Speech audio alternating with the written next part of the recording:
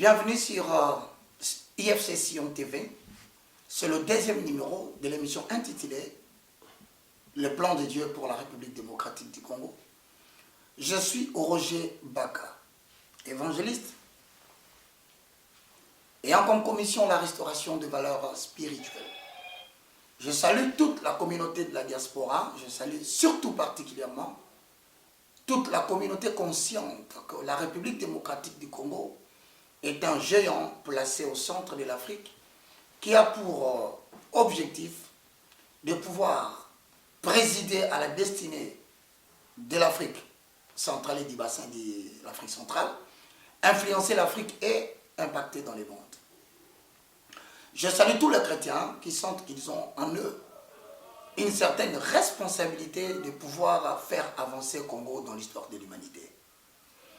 L'émission va tourner aujourd'hui dans son deuxième numéro autour du plan de Dieu, autour des inconvénients de ne pas connaître le destin prophétique de la République démocratique du Congo. Parce que la République démocratique du Congo a vocation d'être une puissance mondiale. Mesdames et messieurs, après que j'ai parlé de ces inconvénients, je pense qu'aujourd'hui, il sera aussi question que je vous parle des ressources naturelles, minérales, solides, qui existent en République démocratique du Congo et qui doivent propulser notre nation dans les concerts de puissance mondiale.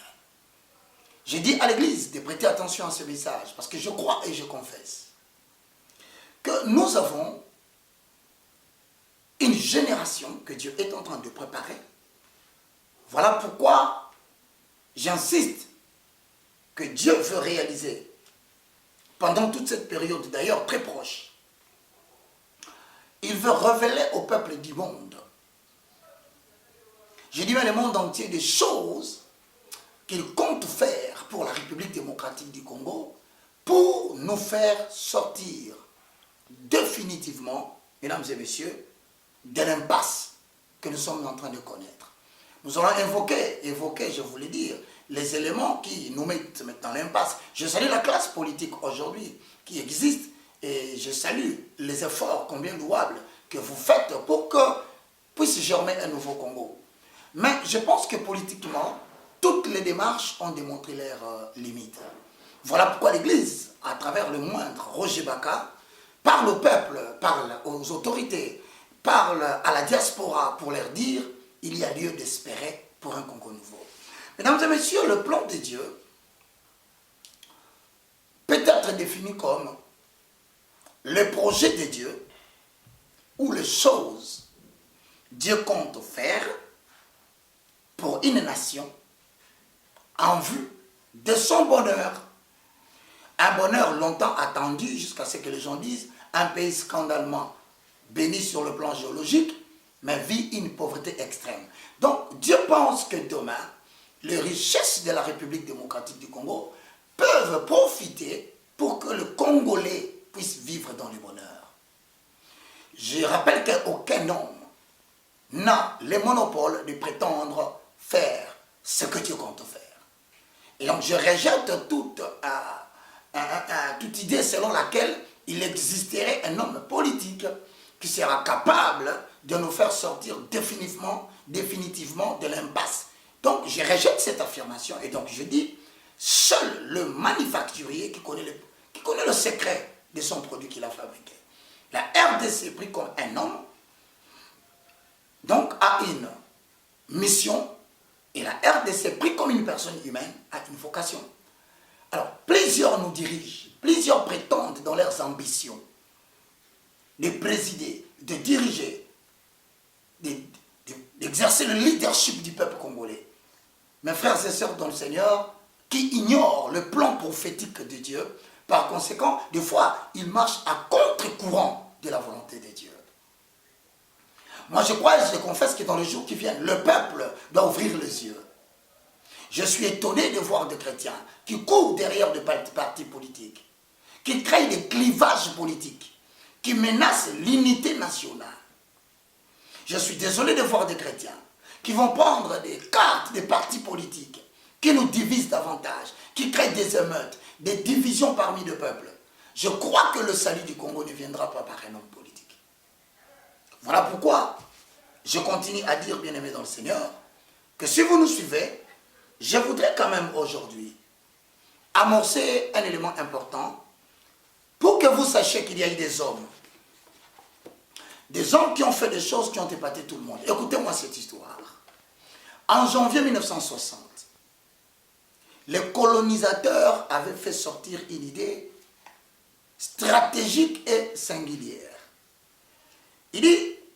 Il a désigné le participant qui vont devoir aller à la table ronde pour se rallier à la capitale du royaume belge. Frères et sœurs, écoutez-moi cette histoire.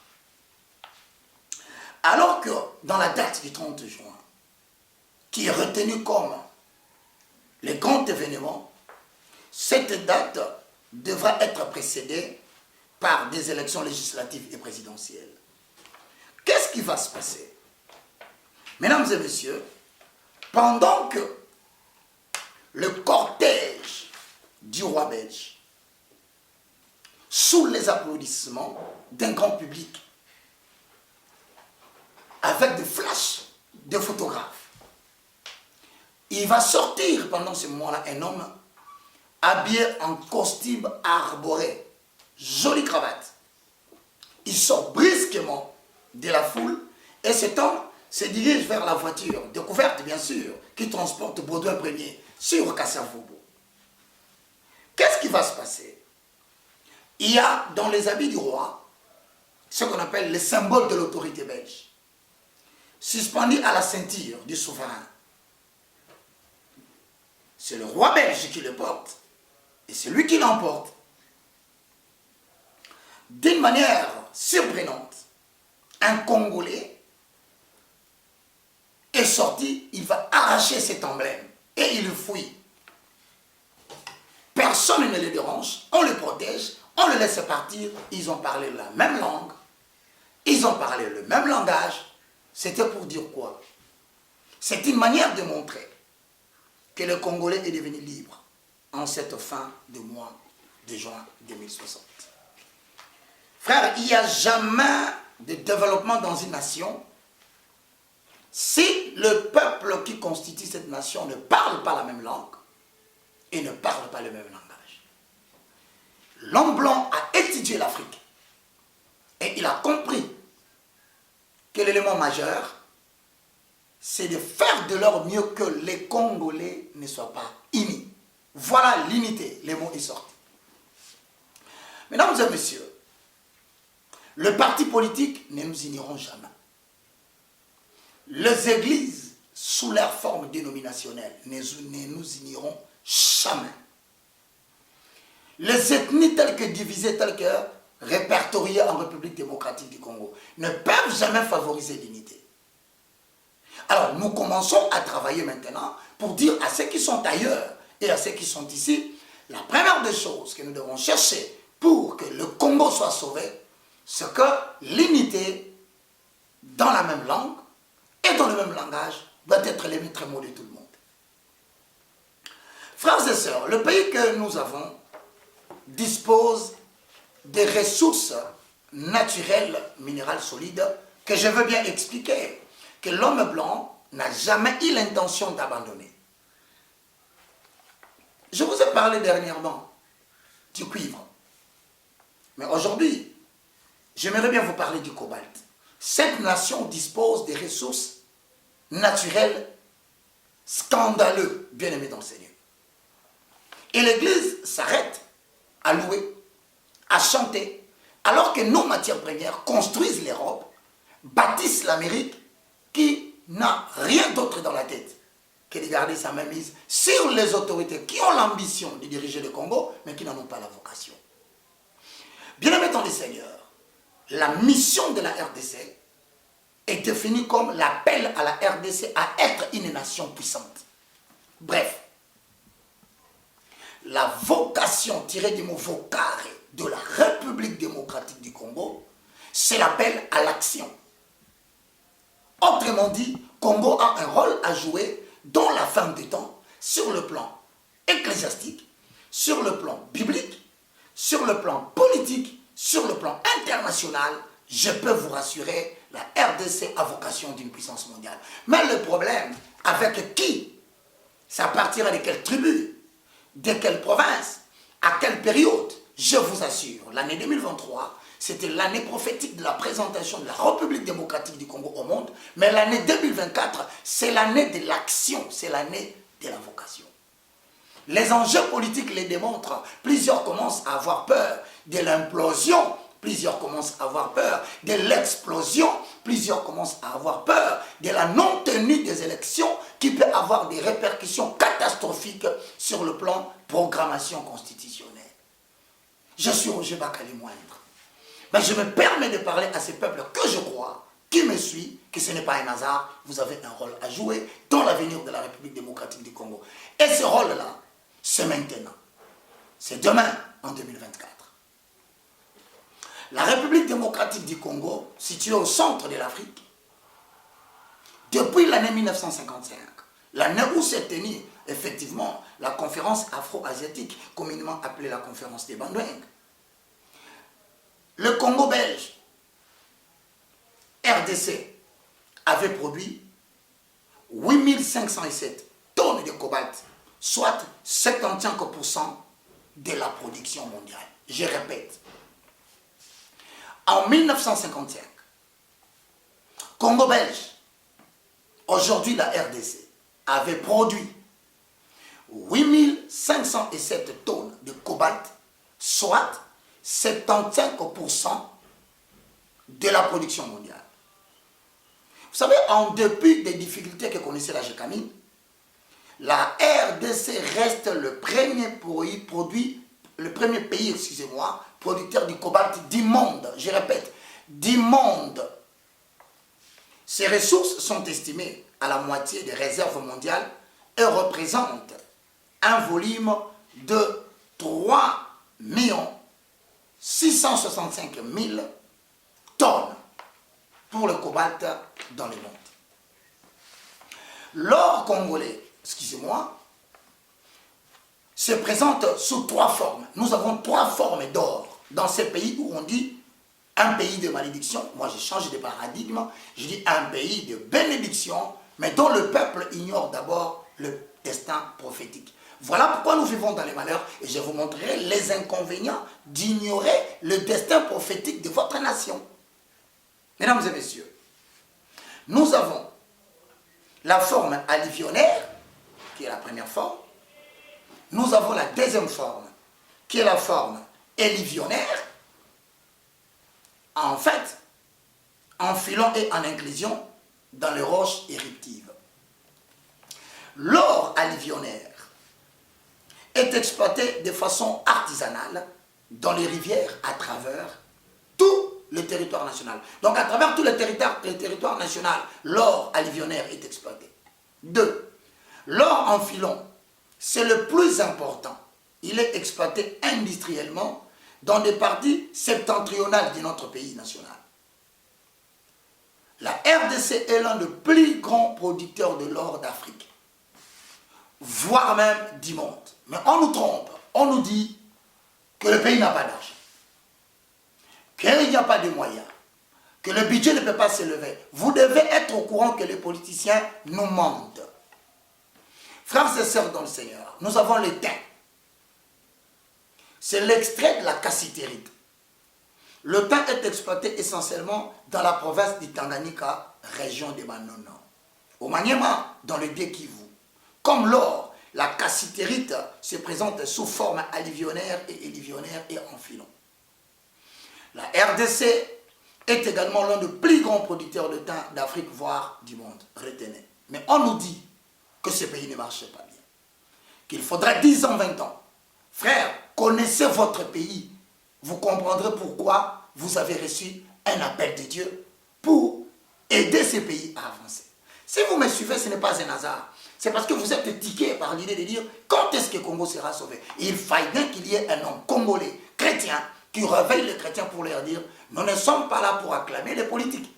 Nous ne sommes pas là pour prier pour les politiques. Mais nous sommes là pour pouvoir dire que sans nous, le Congo ne marchera pas. Et qu'on n'a pas besoin d'une quelconque personne qui se prétend être le sauveur du Congo. Tout homme est sauveur du Congo, toute femme est sauveur du Congo, pourvu qu'il comprenne quel est son pays. Et qu'il arrête de désespérer et qu'il arrête de croire que ce qu'on lui dit par les politiques qui ont l'ambition de devenir des sauveurs du Congo, mais qui ne le seront jamais. Frères et sœurs dans le Seigneur, nous avons les diamants. Les diamants, il y en a deux sortes. Les diamants industriels et les diamants de joaillerie. Les diamants industriels ou BORT est exploité essentiellement dans le Kasaï oriental. La RDC est encore le premier producteur du diamant industriel dans le monde. Le diamant de joaillerie est exploité à travers tout le territoire national, essentiellement dans la région de Chikapa, au Kasaï occidental, dans la région de Tambo, au Kwango, dans la région de Bengamisa, dans la province de la Chopo, et à Mayombe, dans le Congo central. Saviez-vous cela? Le fer, la RDC, dispose de nombreux et riches gisements en fer. À l'heure actuelle où nous parlons, seul le gisement de Kisanga, au sud de Kambov, dans le Haut-Katanga, qui est exploité. Vous voudriez que je m'arrête là? Non, non, non, non, non. Je vous parlerai encore de votre pays. Je vous dirai que nous avons le zinc. C'est le principal minerai de zinc qui sont situés dans les ex-Katanga. Aujourd'hui, avec une production de 203 722 tonnes, dans les années d'ailleurs 1950, le Congo belge et l'actuel RDC est le 6e producteur mondial de zinc.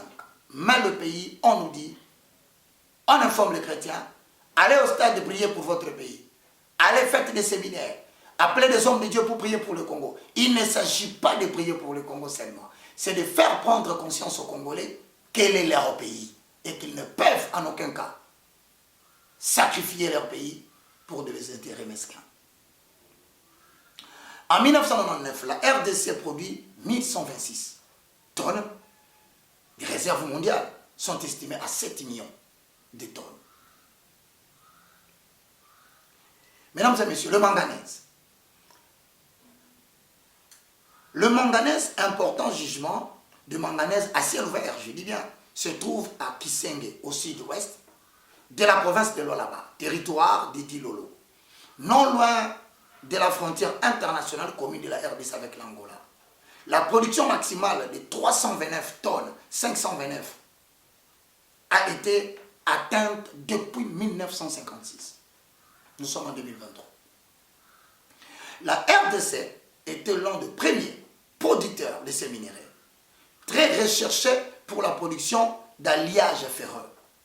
La production congolaise est à présent à peu près arrêtée à cause du sabotage de la voie ferrée qu'on a détruit du Katanga Lobito lors de la guerre force armée angolaise, UNITA et Angola. C'était une façon de détourner la production en manganèse. Pourquoi? Parce que la route Katanga Lobito, c'était la route qui favorisait la production dépassée. Mais maintenant, l'expatrié, la métropole, a compris que la meilleure façon, c'était de détruire premièrement la route à travers la guerre qui s'est faite entre l'Angola, l'UNITA, vous le savez bien, avec les Angolais qui ont voulu détourner cette production. Jusqu'au jour d'aujourd'hui, ils continuent à exploiter cela et le Congo manque de tonnes et des tonnes de manganèse.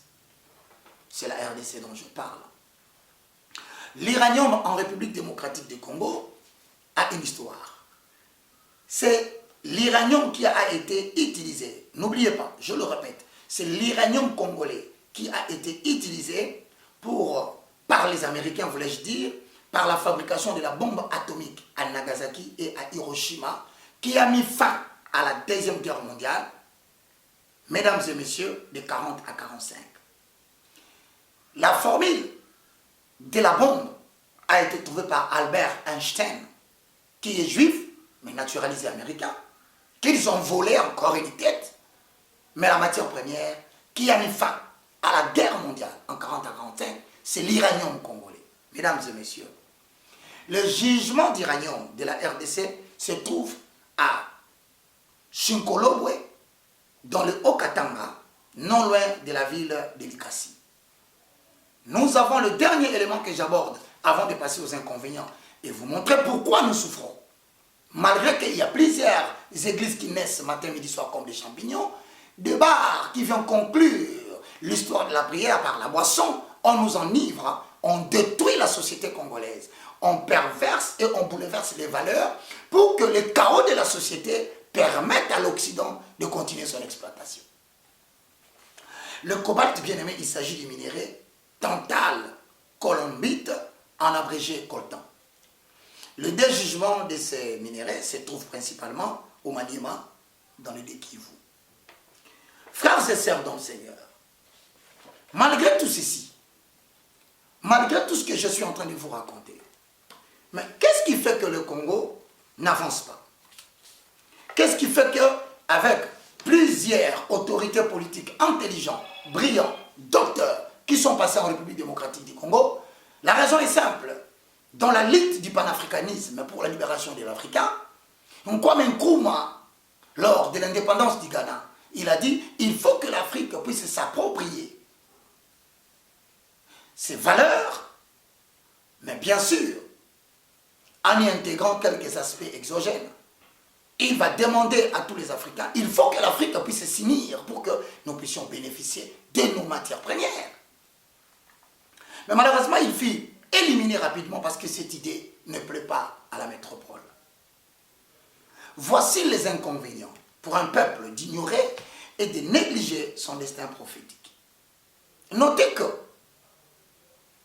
quand un peuple n'a pas la révélation de son destin propre, il se prive de l'une de ses plus grandes sources de bénédiction. Il va se priver de sources d'inspiration capables de féconder le génie dans toutes ses potentialités qui président à son destin. C'est ce que la Bible appelle l'ange de l'Éternel marchait au-devant d'Israël. Et d'ailleurs, la Bible le confirme par le livre des Proverbes, chapitre 29, le verset 18, je paragraphe, comprenez que c'est une émission d'une personne qui parle de Dieu. C'est que quand il n'y a pas de révélation, le peuple marche sans frein, heureux s'ils observent la loi. À l'instar du peuple juif bien-aimé dans le Seigneur, le peuple d'Israël a tourné en rond pendant 40 années. Non seulement parce qu'il semblerait qu'il aurait péché contre l'Éternel ou contre Dieu, mais aussi parce que le peuple juif n'avait pas compris le sens de son existence en tant que peuple que Dieu veut utiliser pour donner un message à toutes les nations. Vous le verrez d'ailleurs dans Exode 19, 4 à 6. Vous le verrez dans Deutéronome chapitre 4, le verset 5 à 8. Bien aimé, Israël a connu 40 années d'errance. Il a connu 40 années de souffrance. Mais à la 40e année, quand une génération traître a commencé à disparaître, une génération rebelle a commencé à disparaître d'Israël, et qu'est venue une génération qu'on appelle la génération Josué, c'est à ces moments-là, c'est-à-dire que le peuple a compris l'essence de la raison pour laquelle Dieu leur avait fait sortir de l'Égypte. Ainsi, ils ont compris qu'il était un peuple qui devait parler la même langue, le même langage pour entrer en possession de leur terre Canaan. Et c'est comme ça que la prise de Canaan était devenue facile. C'est comme ça qu'ils ont traversé le Jourdain, pas en nageant, ni en pagayant, mais à pied sec, parce qu'ils avaient fécondé le génie du miracle de leur pays. Nous pouvons féconder le génie qui peut changer le Congo en 3 ans, en 4 ans, en 5 ans. Il suffit que le peuple comprenne ce message, l'unité. L'unité, bien aimée dans le Seigneur, s'entretient par les moyens de la paix. Quand je dis le moyen de la paix, c'est l'absence de toute information qui, une fois divulguée, peut créer une explosion sociale. Il y a des secrets et des secrets qui sont entretenus dans ce pays par des concepts. Mesdames et messieurs, pouvez-vous comprendre que depuis 1963, que le Congo n'a évolué politiquement que des accords en accords, et des accords qui sont des secrets totaux au peuple qui doivent bénéficier de l'information. Par exemple, nous avons le premier secret que personne ne cherche à expliquer, le chrétien congolais, Et pourtant, ils ont droit, il est temps que vous arrêtiez de prendre des Congolais pour des abrutis et surtout des chrétiens pour des vauriens. On a abruti le Congolais au point où il est devenu mendiant. On a abruti l'armée congolaise au point où on leur dit ils ne sont pas capables. On a abruti la classe politique au point de dire que l'espace politique, c'est un endroit de rivalité pour s'entretuer pourvu que vous puissiez avoir le pouvoir. Et que le peuple n'a rien à faire que d'attendre l'opinion de l'homme politique. Ben c'est faux. Le pouvoir se trouve entre les mains du peuple. C'est le peuple qui établit ses chefs. Et c'est le peuple qui a en main l'avenir des hommes politiques. Il faut qu'on vous le dise. Frères et sœurs dans le Seigneur. Voici quelques éléments qu'une fois demain, ça commence à être compris, ça va créer l'explosion. Jetons vers la fin. Premièrement, le Congo en a marre de faire des accords politiques. Vous voyez aujourd'hui quelqu'un qui était politicien avec l'ancien régime, le voilà postulé avec le nouveau régime, à la tête la photo du président. Croyez-vous que cette personne a vraiment l'intention de sauver le Congo ou parce qu'il a compris la naïveté du peuple, qu'ils ne comprennent rien? Mais moi je pense que si moi en tant que prédicateur, je commence à m'intéresser à l'avenir politique de ma nation, en tant que race des Zorobabel, personnalité spirituelle et personnalité politique, c'est que le Congolais, il y en a encore qui vont véhiculer ce message, qui vont faire passer cet élément pour dire aux Congolais, assez c'est trop, il n'y aura plus d'accord. Voici les accords. Le premier, vous l'entendez souvent, l'accord de l'Émirat. La vraie cause, bien aimé dans les seigneurs, de la guerre de Kivu, c'est cet accord qui a été signé le 23 octobre 1996. Bien sûr, par les camarades AFDL, les NDLR, il s'agit bien sûr de paix à son âme, de Laurent Désiré Kabila, du PRP, Parti de la Révolution Populaire, André Ndandou, qui s'assait des MNC BAL-R et des CNRD, Mouvement National Congolais Lumumbiste. Conseil National de Résistance pour la démocratie des Anselmes, Massassou, dit MRLZ, Mouvement Révolutionnaire pour la libération d'Isaïr, de Déograce Bouguera, de l'ADP, de l'Alliance démocratique des peuples et de Bizimakara, qui les ont approuvés et qui ont engagé la République démocratique du Congo sur des accords qu'aujourd'hui le peuple ne comprendra et ne comprend pas. Mais qui a des effets jusqu'à aujourd'hui, croyez-moi. 2. L'accord de cessez-le-feu de Lusaka, signé à Lusaka en Zambie le 10 juillet 1999 par l'Angola, la République de mercantique du Congo, la Namibie, le Rwanda, l'Ouganda, le Zimbabwe, dans l'optique de mettre fin à la deuxième guerre du Congo. Écoutez, il a ensuite été signé par Jean-Pierre, je crois, Bemba, du mouvement de libération du Congo, le 1er août 1999, et par 50 membres fondateurs des Rassemblements du Congo pour la démocratie, le 31 août 1999. L'Organisation de l'Unité africaine, communément appelée l'ONU, et la Communauté pour le développement de l'Afrique australe en firent de médiateurs et de témoins.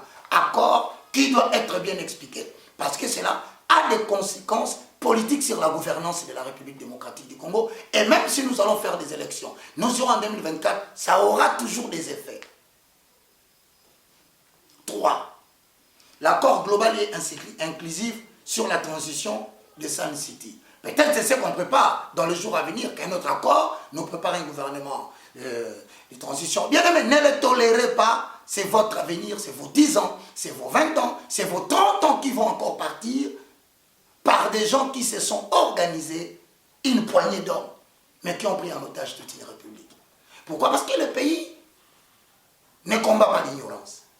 Frères et sœurs, signé le 19 avril 2002 à Sun City et en Afrique du Sud, entre le gouvernement, le groupe rebelle MLC et RCD, l'opposition et la société civile en 22 gouvernements d'union nationale. Peut-être que les élections n'auront pas lieu, le mot ici reviendra, gouvernement d'union nationale, pour que demain, la balkanisation ait bien sa place. Moi, je ne me vois pas prêcher l'évangile dans un pays balkanisé. Je ne me vois pas dépendre d'un pays divisé dont une partie dit Alléluia, Amen, et l'autre partie est accolée à une autre nation. Nous avons l'accord RDC et le M23, accord de paix, signé le 12 décembre. Le mouvement du 23 mars a déposé leurs armes au début de novembre face au succès de l'armée. Jusqu'à aujourd'hui, cet accord a de l'effet parce que les M23 connaissent les contenus, les articles et les desiderata des autorités politiques qui n'engagent pas du tout les Congolais, mais qui permet à certaines personnes d'exploiter les Congolais sans fin. La RDC et le Rwanda, un accord pour une désescalade entre la RDC et le Rwanda a été conclu le 6 juillet lors d'un sommet entre le président Paul Kagame et les autorités congolaises. La RDC et le Rwanda signent encore l'accord sur l'exploitation minière en date du 27 juin 2021. La RDC et le Rwanda ont signé 3 accords commerciaux dont l'un porte sur l'exploitation de l'or en vue d'en assurer la traçabilité. Les 3 types d'or de la RDC. Enfin, il y a encore un accord de cessez-le-feu de Luanda qui est signé à Luanda, en Angola, en date du 24 novembre 2022, en présence des autorités congolaises. Mesdames et messieurs, tout ça le peuple ignore, mais je voudrais quand même terminer en 5 minutes à travers une lecture biblique. Nous sommes dans le livre de Genèse parce que lorsque vous avancez et que vous ne maîtrisez pas le chemin sur lequel vous avancez, le retour à l'histoire biblique, nationale, s'avère indispensable pour comprendre où est-ce que nous allons. Dans le livre de Genèse 11, j'ai lu le verset 1, 2, 3, 4. 11, 1. À cette époque-là, tous les hommes parlaient la même langue et tenaient le même langage. Lors de leur migration, depuis le soleil levant, ils découvrirent une vaste plaine dans le pays des Chinéars et ils y établirent. Ils se dirent l'un à l'autre, allons, montons des briques et cuissons-le au four. Ainsi, ils employèrent le brique comme pierre et ensuite se servirent de cela pour achever leur œuvre. Verset 4. Puis ils se dirent, allons, construisons-nous une ville et une tour dont le sommet atteindra jusqu'au ciel. Alors notre nom deviendra célèbre et nous ne serons pas disséminés sur l'ensemble de la terre. Le verset qui m'intéresse, c'est là. Le verset 5. L'Éternel descendit du ciel pour voir la ville. Et vu que la tour que les hommes construisaient, alors l'Éternel et Dieu dit, 5, 6. Voici qu'ils forment un seul peuple. Parlent tous la même langue. Parlent tous la même langue. Et c'est là ce qu'ils ont compris de faire. Et maintenant, quel que soit le projet qu'ils vont concevoir, ils vont le réaliser. C'est là où ça m'intéresse. Même Dieu sait qu'il a établi des valeurs sur la terre, des valeurs qu'une fois utilisées, peu importe les gens qui l'utilisent, qu'ils soient bien, qu'ils soient mal, que cela soit un bon projet, que cela soit un mauvais projet, mais si l'unité est le maître mot, ils atteindront ce qu'ils ont conçu. Si aujourd'hui, les oppositions de droite ou de gauche, les amis qui prétendent créer des partis politiques parlent encore le même langage et qui sont dans l'unité, ils vont encore nous proposer un projet qui va soumettre le Congo à 10 ans, à 20 ans de souffrance. Il faudrait qu'il y ait un peuple mature qui comprend que nous ne pouvons plus accepter des accords dans ces pays. Que tu sois des MLC, tu dis non. Que tu sois des PPRD, tu dis pour le pays, je dis non. Que tu sois de l'Union sacrée ou de l'IDPS, tu dis non. Pour le pays, je dis non. Parce que elles sont en train de se préparer pour nous voler encore du temps. Mais la question est de savoir, que préparons-nous et que disons-nous au peuple pour que nous puissions le préparer à la bataille de la résistance, non pas violente, mais pour préserver l'avenir de la RDC. Mesdames et messieurs, Je suis Roger Baka, c'était le deuxième numéro. Vous pouvez le partager en masse. Arrêtons de partager des vidéos, des musiques. C'est un objectif placé par la métropole pour nous divertir. Les querelles, le chamaillade, les discussions font des vues, mais une émission de sensibilisation, vous n'avez pas le courage de le prendre et de le partager. Diffusez-les dans toutes les plateformes politiques. Informez tout le monde. Ne regardez pas Baka. Dites, c'est le contenu de son message qui nous intéresse. Donc, dans les jours à venir, je continuerai le troisième numéro jusqu'à ce que je serai sérieusement conscient que le combat de la religion que je fais, qui atteint son comble et le message est passé, le combat patriotique d'une personne appelée Zorobabel, personnalité spirituelle et personnalité politique, a atteint son comble. Nous attendons un événement miracle qui va se passer en République démocratique du Congo, qui va étonner le monde entier de voir comment Dieu a résolu le problème du Congo. Croyez-moi, croyez-moi, le Congo va changer. Et ce n'est pas pour longtemps. Que Dieu vous bénisse. C'était Roger Baka. Je dis merci à Yoshi Lucilao. Je dis un grand merci à la diaspora, à la classe politique consciente qui partage et à tous les Congolais qui nous suivent sur ERB Télévision. Que Dieu vous bénisse. On se retrouve très prochainement. C'était le deuxième numéro. Le moindre vous dit bye.